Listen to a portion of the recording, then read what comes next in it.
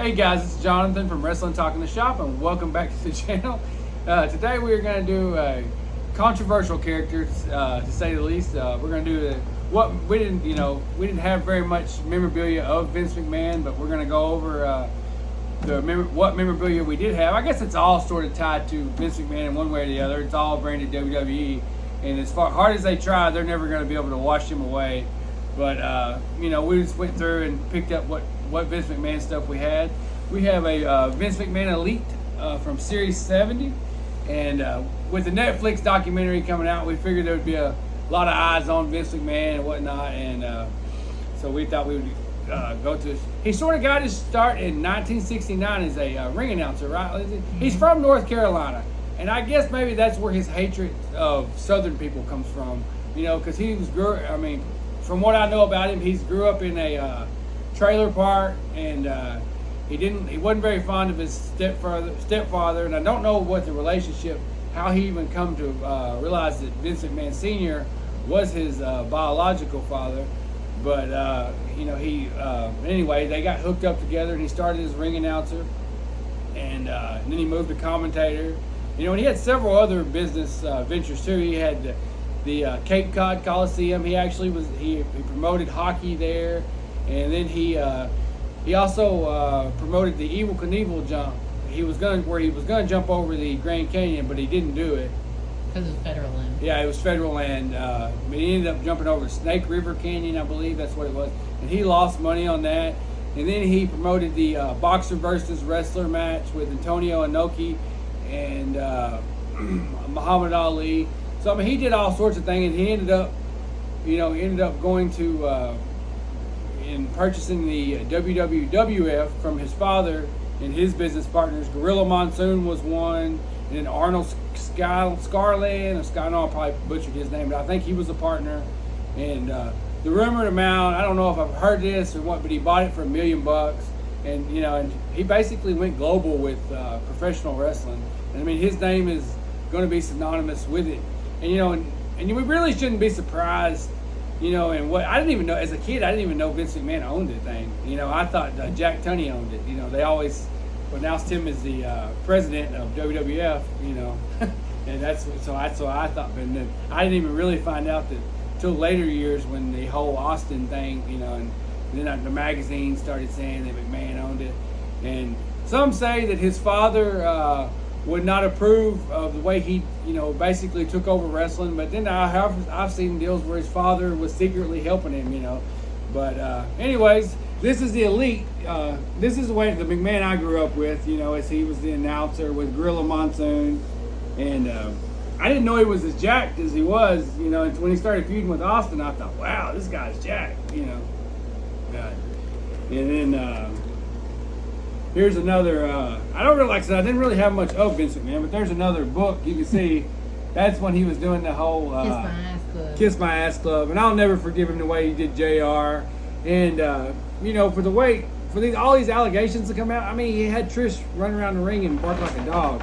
So, that's just who we're dealing with, I knew he was a slime ball way back then, But and then I was not surprised by it. And then there's the wrestling album there. You can see him on the cover of that. And yeah, and then he did that whole dance stand back thing. Go back and watch that on YouTube. That's just goofy.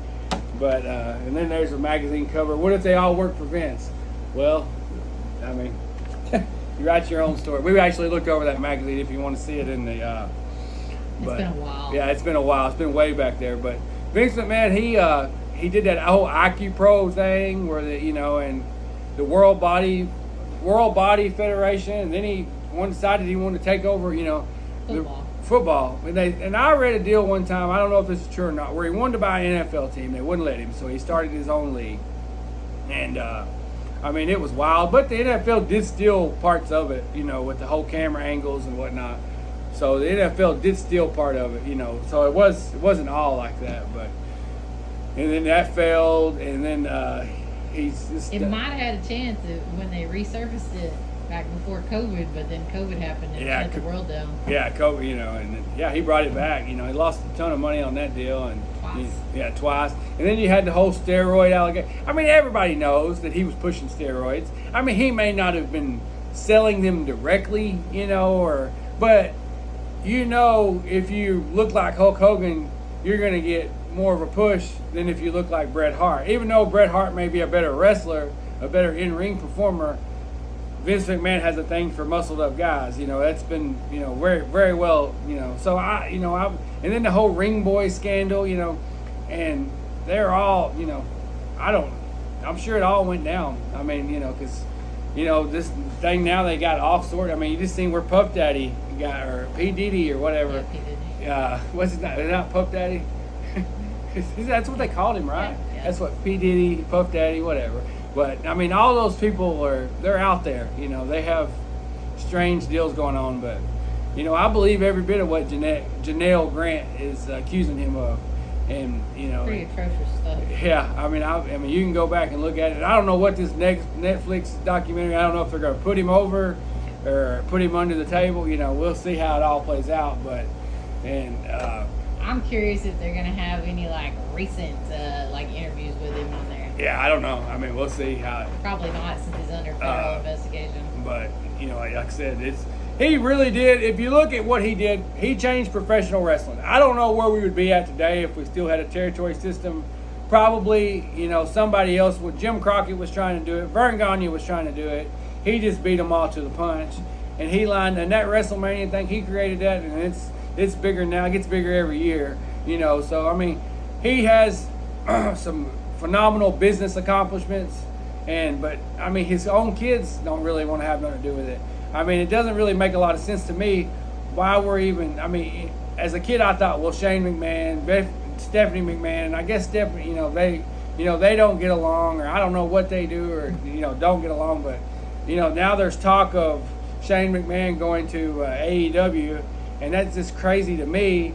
Now, I don't know that it's going to help AEW. I mean, I'm sure it'll give them a little bit of a bump, and I don't even know if it's going to happen. We'll see.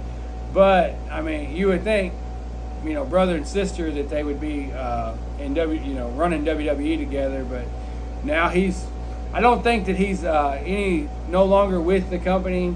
And just the way that the guy's treated his wife. I mean, what kind of person does that tell you? I mean, that Rita Chatterton thing from way back in the early 90s, the first female WWE.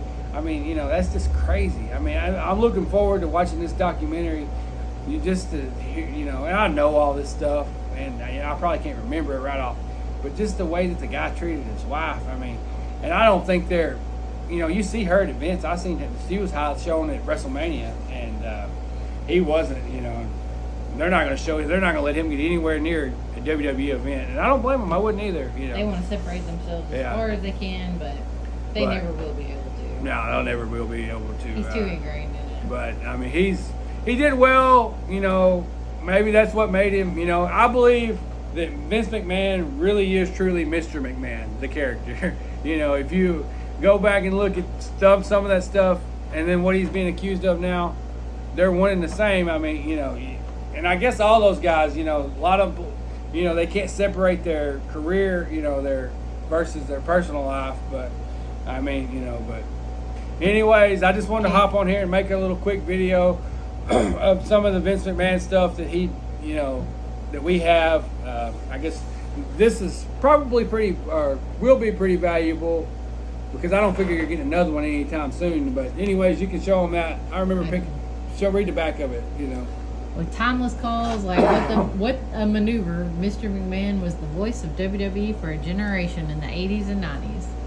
And his career highlights is WWE champion, ECW champion, and chairman and CEO of WWE. Yeah, I mean, it's crazy. Like the thing he used to, I just remembered something else I want to talk about.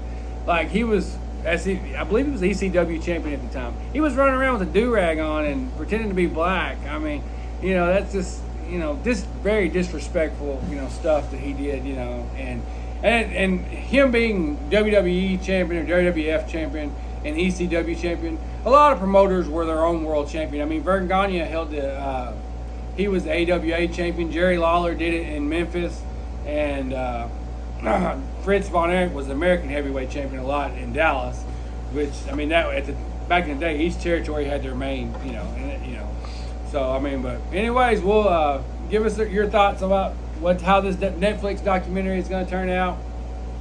Thanks for watching, guys. Like and subscribe. Hit that notification bell.